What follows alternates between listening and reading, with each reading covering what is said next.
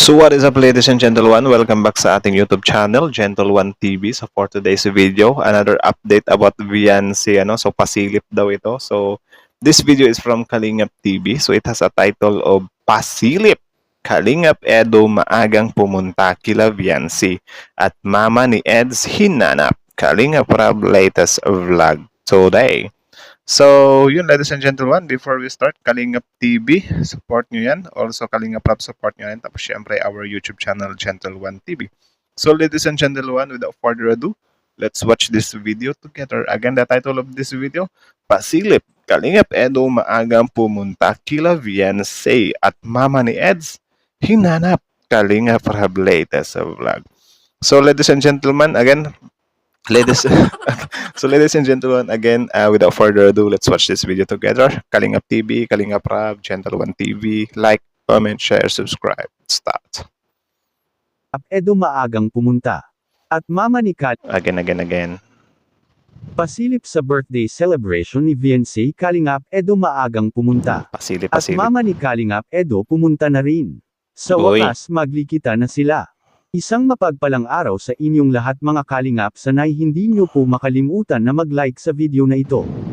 Ito din yung fun part din talaga, guys, kapag meron kang jowa, no? Kasi yun nga yung mga meetings with the parents, di ba? Sobrang gandang experience nun.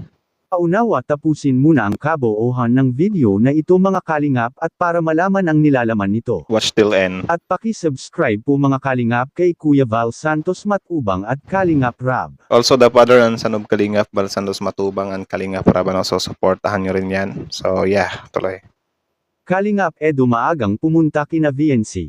Pero bago yun mga Kalingap ay pag-usapan muna natin mga Kalingap ang ilang mga magaganap ngayon sa mismong birthday celebration ni Viancy. Yun. Ngayong araw na nga mga Kalingap ang kaarawan ni Viancy. At kagabi nga lang at sa mga nakaraang mga araw pasposan na ang paghahanda ni Kalingap Edo para sa gagawin niya na intermission dance para sa birthday ni Viancy. Talaga ba? Sasayaw siya. Parang ano pala yung mga birthday. Actually, sobrang nakakatuwa yung mga birthdays na nagaganap sa Kalingap Love Teams, kasi yun nga parang special occasion talaga siya. 'Di ba? Yan din yung advantage talaga kapag ibina-vlog eh. At hindi lang si Kalingap Edo pati na rin ang buong team Kalingap at maraming mga pasabog na magaganap ngayon na inihanda nila Kalingap Rab at sa mga K-Boys. Yun. Kaya sama-sama nating panoorin mamaya sa upload ni Kalingap Rab ang mga kaganapan sa birthday ni Viancy. Yun, excited Samantala na ako. hindi na talaga mapipigilan ang EDSI ngayon mga Kalingap dahil sa may napag-alaman tayo patungkol sa dalawa na may pinag-usapan na ang dalawa patungkol sa tunay na status nilang dalawa mga Kalingap. Nako, ganyan talaga yan eh. Kapag sa mga birthday celebration, dun pumapasok yung kung sasagutin ba o hindi. Kasi I think, correct me if I'm wrong, yung sa Rochelle, parang ganun, di ba? Sa birthday na some kind, nag-propose or naging sila. So, yung sa Jumcar, inaabangan natin yun, pero yun hindi natin nakuha. So, ito naman sa EDSI naman, tingnan natin kung ano nga ba talaga, yung score talaga nila. May mga nagsasabi sa mga minamahal nating taga-subaybay na halatang halata na anya na sila ng dalawa ni Viancy at Kalingap Edo sa tutong buhay at hindi lang anya ito Nako. inaamin sa public para may privacy naman anya ang kanilang samahan. Nako. Maaring tama nga ang hinalang ito mga Kalingap lalo pa at naisabi sa atin sa mismong kapitbahay ni Viancy na si Kalingap Edo anya ay palagi ito sa bahay nila ni Viancy. Ang mga ganitong ginagawa sa isang lalaki ay siguradong nanliligaw na ito sa isang babae mga Kalingap.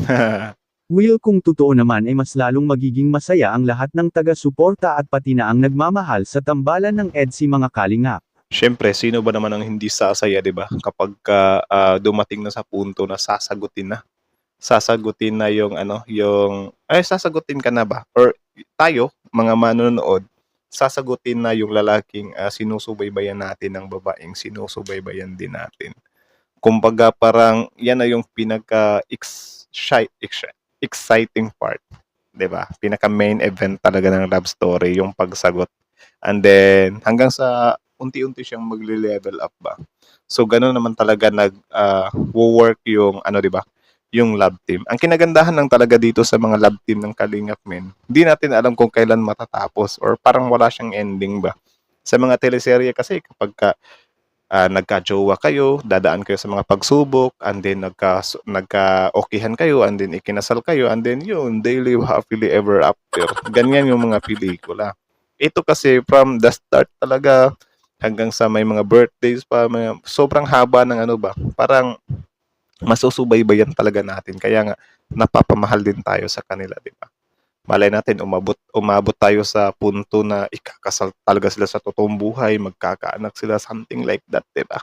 In the future pa yon, baka may magalit naman, anak-anak agad. In the future nga, di ba? Tuloy. At nanay ni VNC hinahanap ang mga magulang ni Kalingap Edo. Yun. Sana anya ay makapunta rin anya ito at makabisita kila VNC ngayon mga Kalingap. Ito rin ang Pwede isa rin. sa mga kahilingan ng mga viewers na sana makapunta rin ang pamilya ni Kalingap Edo doon sa birthday ni VNC mga Kalingap at para mas magiging close sila at magkakita-kita na sila sa personal. Okay lang din naman. Maganda kung pupunta talaga ang mama ni Kalingap Edo at siguradong mas kaabang-abang ang mga pangyayari mamaya sa gagawing upload ni Kalingap Rab sa birthday ni VNC. Yun. At sa kabilang dako naman mga Kalingap Edo naging maaga sa pagpunta kila VNC dahil sa pinaghahandaan talaga niya ang kaarawan ni VNC. Ganun dapat naman talaga. Ikaw guys, kapag lalaki ka, kapag nanliligaw ka pa, dapat early bird ka talaga parati. Kasi need natin yan eh, pampabango sa atin yan. 'Di ba? Pero yun nga, kalaunan naman, nagbabago din tayo, no? Kasi ganyan din ako dati, sobrang aga, tapos ngayon, pa-late-late na. Sorry naman, sorry naman. Ganun talaga yung buhay, men. Yung lalaki talaga, though, mas advisable pa rin talaga siya na kahit sobrang tagal nyo na mag-jowa, mas maganda talaga if nami-maintain mo yan na halimbawa kukunin mo yung yung girlfriend mo or may lakad kayo, ikaw parati yung maaga, 'di ba? Hindi yung sa jowa lang. Pero kung hindi mo talaga kaya, wala tayong magagawa diyan, 'di ba? Kasi hindi ko rin kaya minsan eh. Ba talaga si Kalingap Edo kung ang pag-uusapan ay ang pagpapahalaga lang sa mga katambalan nito at sa mga beneficiary niya talagang lahat hindi niya binibigo at ginagabayan niya ng mga ito ng gusto, lalo na ngayon na birthday pa sa isa sa mahalaga sa kanyang buhay. Anong masasabi niyo po tungkol dito? Please comment and God bless you all. So yun. Yun lang naman, yun lang naman.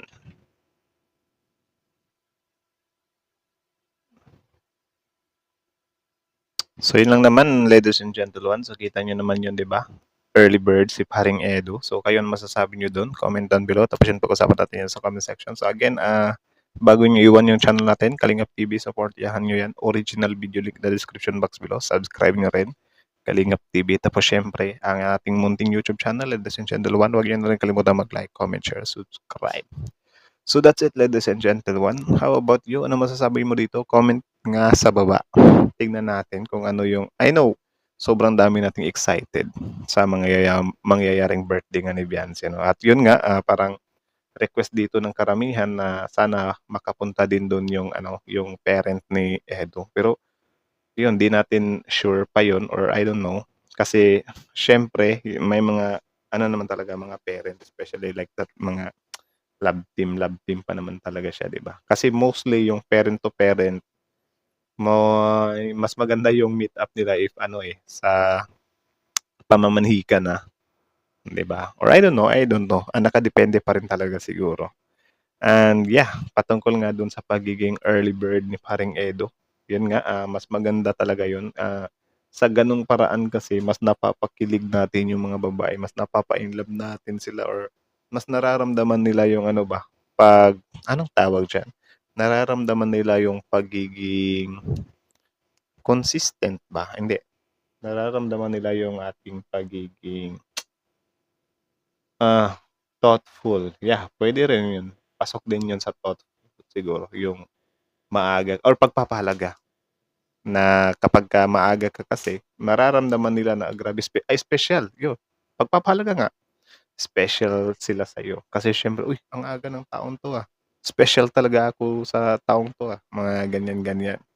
Ako nga dati, yung girlfriend ko, wala kasi siyang fixed na oras ng out eh. So, mostly out niya is 6 to 7. Since bank siya nagtatrabaho, nag-o-over pa siya. Grabe. Nandun ako 6 to 7, guys.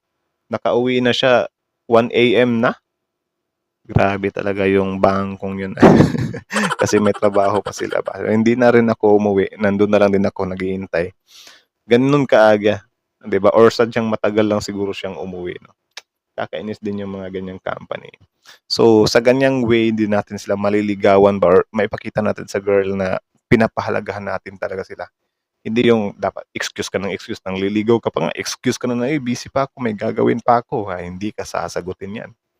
Tapos siyempre yun nga, kapagka kayo na siyempre, gawan niyo pa rin ng paraan na ma-maintain pa rin yung ganyan kasi hahanap-hanapin talaga nila yan min. Nasanay kasi sila na parati kang maaga, something like that. Pero siyempre kapagka meron ka ng mga halimbawa busy ka na talaga kasi may mga trabaho ka na, mga ganyan, ipaintindi mo na lang din, 'di ba? Tapos magbigay ka na lang din ng time sa ibang araw or sa susunod, 'di ba?